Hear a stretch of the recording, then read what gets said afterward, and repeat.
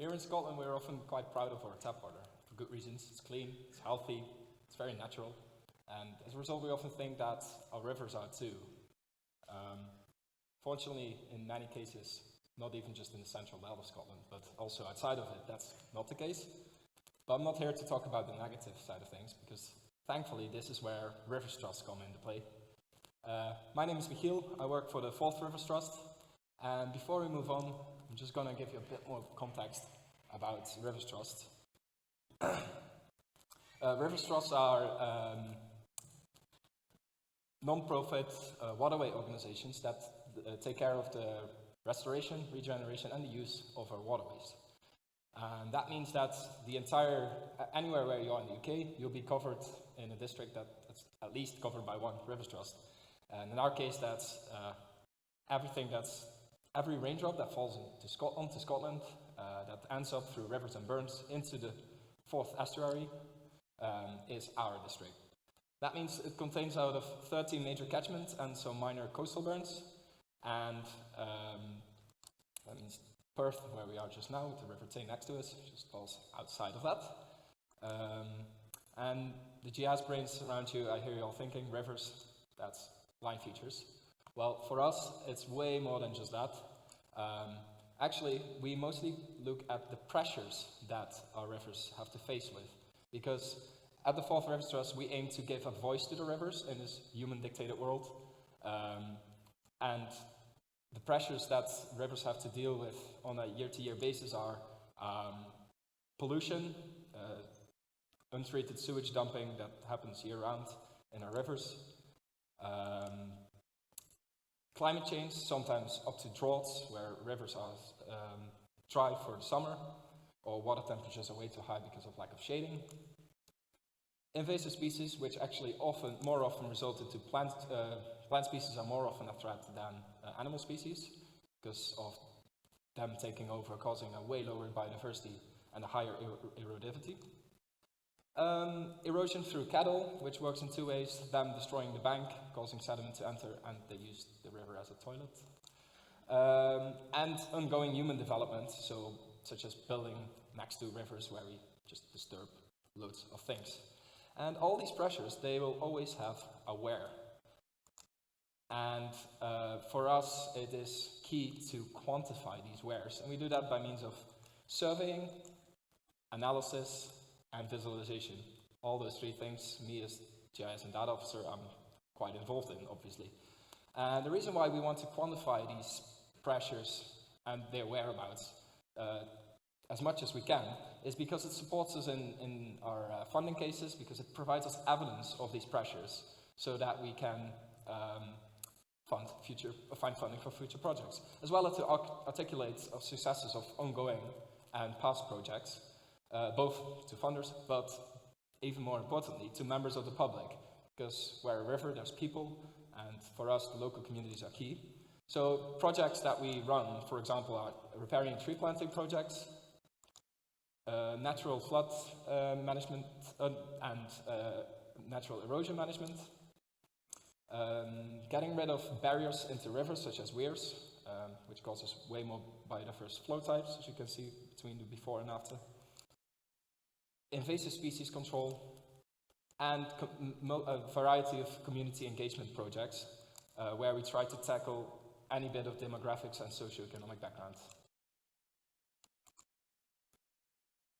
Today, I'm going to present you 3 use cases from more or less our last year on how GIS has helped us in quantifying these wheres in the analysis, surveying, analysis, and the visualization. So I'll give you 3 use cases from the last year, and I'll end with a roadmap for the future. For that, I'm just going to take some of that delicious Scottish tap water.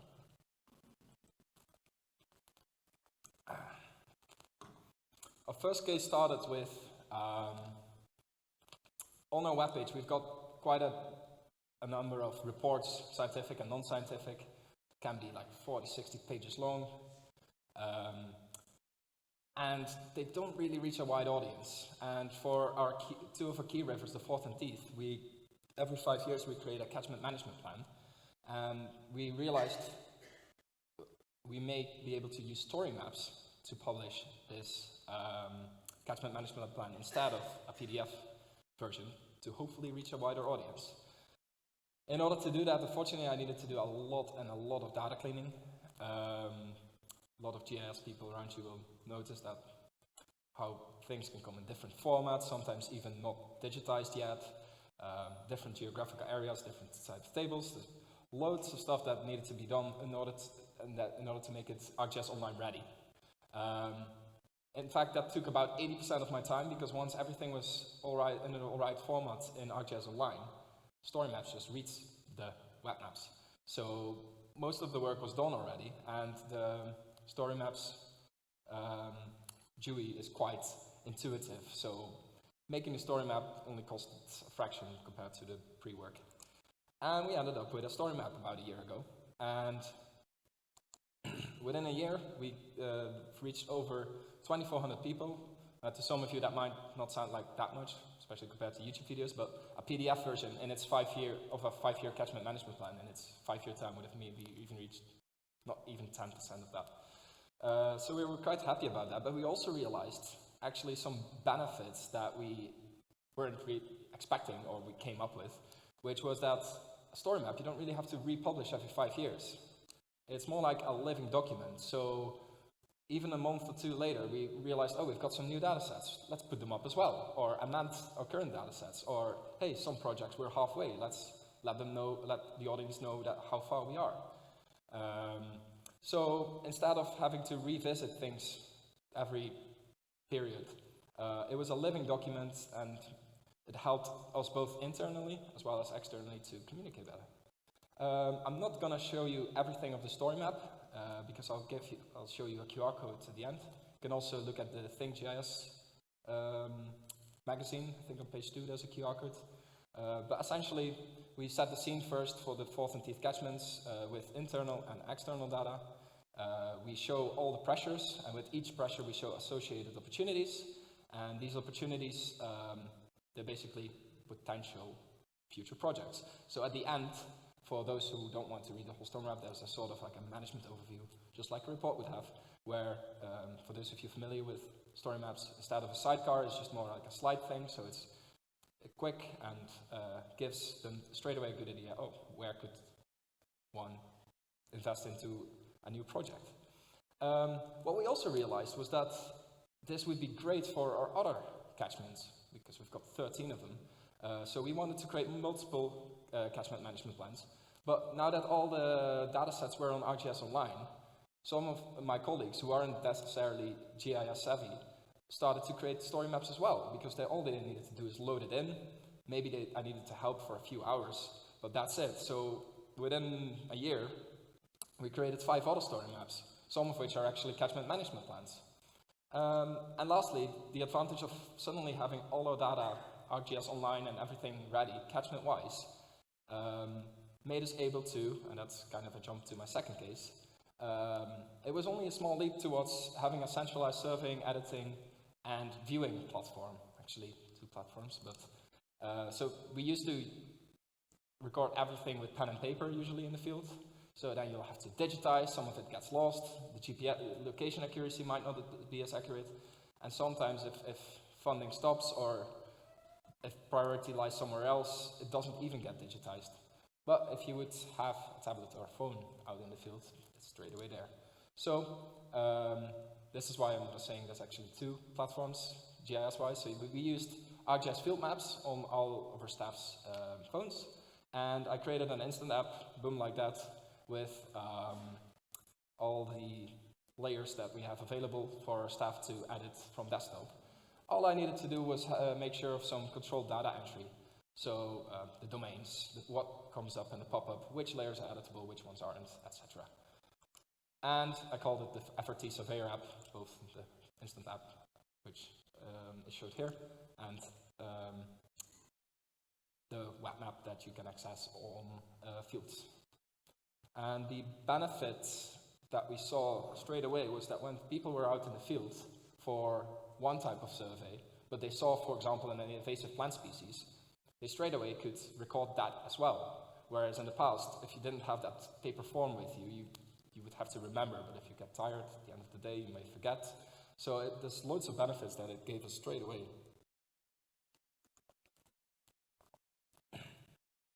We did realize, however, that quite a lot of our data that comes from citizen science projects, we can't really make members of the public use our Fields app.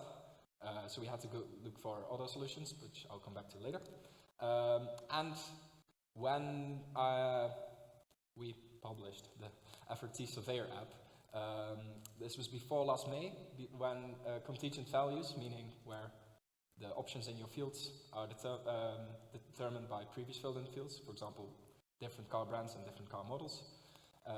That wasn't available yet. It's available since May. I only recently realized, so I've got some work to do. But this is a jump to the third case, because for some of our surveying, there's just more complex situations where one of other things, contingent values are kind of needed, but also things like buffer functions while in the field. And that brings us to a third case, which is our phase 1 habitat surveying. It's basically whenever we visit a site, assess a site for the first time, you look at both animal species that could have different buffers depending on the animal species for certain criteria, as well as land use, plant species. Very complex. I wouldn't even know how to start putting that into field maps. Thankfully, and this is actually the reason why we used to use pen and paper for this, because you could just draw it, but then digitalization would cost loads of time. But thankfully, Esri worked together with some ecologists, I think down south somewhere in the UK, and they developed a Suite app, which is available on the Esri marketplace for phase 1 habitat surveying. And they don't work on phone because it's a bit too small, but they work perfectly on our tablets. So, and even offline. So basically, our ecologists within our team are just able to draw whatever they see now within this platform, and it's straight away digitized. And when they're back in the office, they can even edit or add more details, add attachments, etc. if need be. This is more or less what the interface looks like. And actually, we realized that it's even good to, not necessarily for phase 1 habitat service, but also just for a first site visit, just to give an idea like, oh, what's there? And then to later on look back, have a meeting and look, okay, what are potential plans at this site? So we ended up finding out it's got multiple purposes than just the purpose that the app was designed for. Just to sum up, I've showed you a first user case where we went from static catchment management plans in PDF form into story maps that have reached already way more people, and we've got the ambition now to make many more story maps. It made us possible to, having everything on ArcGIS Online, made us possible to centralize our surveying, editing, and viewing, which has made us has enriched our data sets manifold, and our even more detailed surveying has gone digital by now. But it doesn't really stop there. Actually, these 3 points are ongoing processes as well, like I mentioned with the contingent values and creating more story maps, etc. But other surveying, such as we use our drone at the moment we just use it to visualize, for example, flight before and after a project. But ideally, because we're getting to do more and more flood management work, we would like to do some flood modeling, so for which DEM is ideal.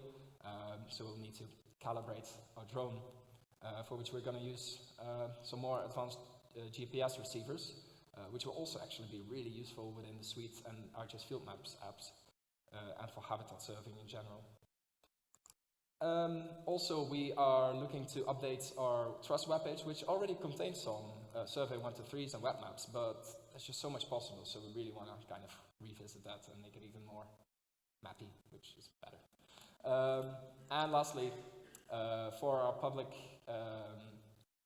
engagement projects which involve citizen science projects, we are looking into potentially using ArcGIS Hub, where people can subscribe for an account at us, and then they will be able to use an interface that kind of looks similar to field maps, but with way more control of data entry from our side, and more privacy protection, etc. I hope this was inspiring to all of you, or a bit motivational how much you can do with GIS within just a single year. For any suggestions or ideas for collaborations, or suggestions of data sets that we could use, or methods that we could use, if any of you is interested in Corporate Volunteers Days, or interested in joining our second annual conference that we'll hold in Edinburgh in early 2023, please contact us. And I also promised you to still show the story map, which you could scan right now. Thank you.